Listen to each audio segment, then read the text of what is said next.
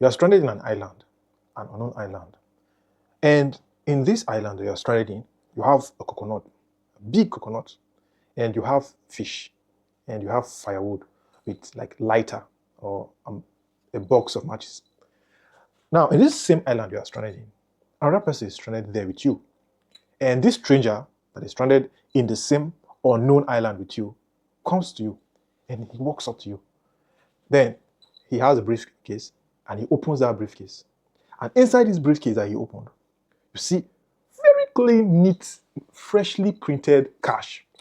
And he tells you, "Can I get your coconut for my cash?" What will your answer be? I'm guessing you will say no. So what is money? Or suppose a little girl she has a ripe mango. And this mango is big and ripe, very succulent. And she takes this mango to a fruit seller, someone that sells a variety of fruits, including oranges. And she wants oranges, but she has mango.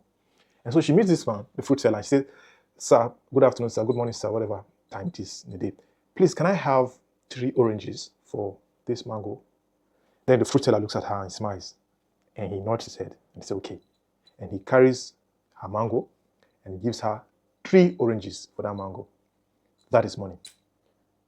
That is money. So you see, whether it's a mango or a rectangular piece of paper or coin,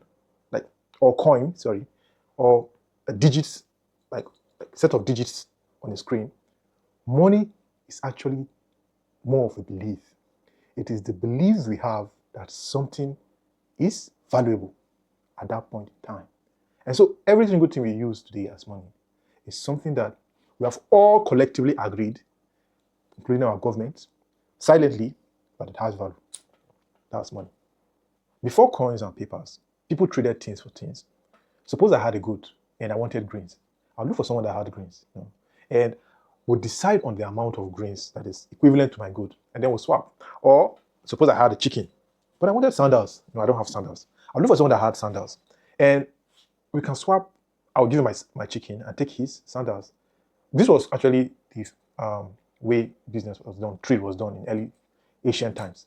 And it was known as trade by barter, the barter system. But there were challenges with this system, because what if the person that had the grains didn't want my goat at that particular point in time? Or how would we decide on the amount of grains that is equivalent and equal to my goat? That was the value of my goat. So there were these challenges that came up with the barter system. And that was why the idea of money was brought up. And money became the middleman, sort of, that formed the link and made it easier to do trade. And the way money eventually metamorphosed was, it changed from the barter system, which was earlier done, to things that were not very common and things you not just find everywhere, but they were considered precious. So things that were like rare and kind of portable and valuable were eventually made to be money. And so we had things like shells and stones and things like beads and even gold. That became money. There was then a series of changes that occurred with that, because from all these things, by the way, gold actually stood for a long time, because of course gold was shiny and gold was not very accessible, and gold was kind of portable and valuable. So coins were eventually made from gold. But after that, people had to eventually the golds were not actually very common to get. So something known as paper money eventually came into being, where I can have a paper and I'll give you that paper, and that paper was backed by the value of gold, so that so paper is worth this amount of gold, and I'll give you that paper. It was like actually like an IOU that was done by the kings and empires those time, and I'll give you the paper, and the paper will represent so amount of gold, and that was how paper money eventually came to be. Then it got to a point where the paper money itself had its own value irrespective of the gold. So the gold was not attached to the paper money again. And that's how we got to this point where we are with the cash money. Now you see, money has actually evolved from different things across different times. In fact, now we have money evolving to electronic bits. That's why you see money can be a set of digits on a screen. Or money can even be in form of crypto. So money has actually evolved over time to what it is today. Money is thus a collective belief in value. It's what we've agreed collectively to be valuable. Interestingly, by the way, in Rome, soldiers were paid in swords, like swords. They called it salarium. Does that ring a bell? Salarium. So money is just collective belief in value and what we've collectively agreed to be valuable. And you see, money is actually something that really, it's not just it's economical, and mathematical.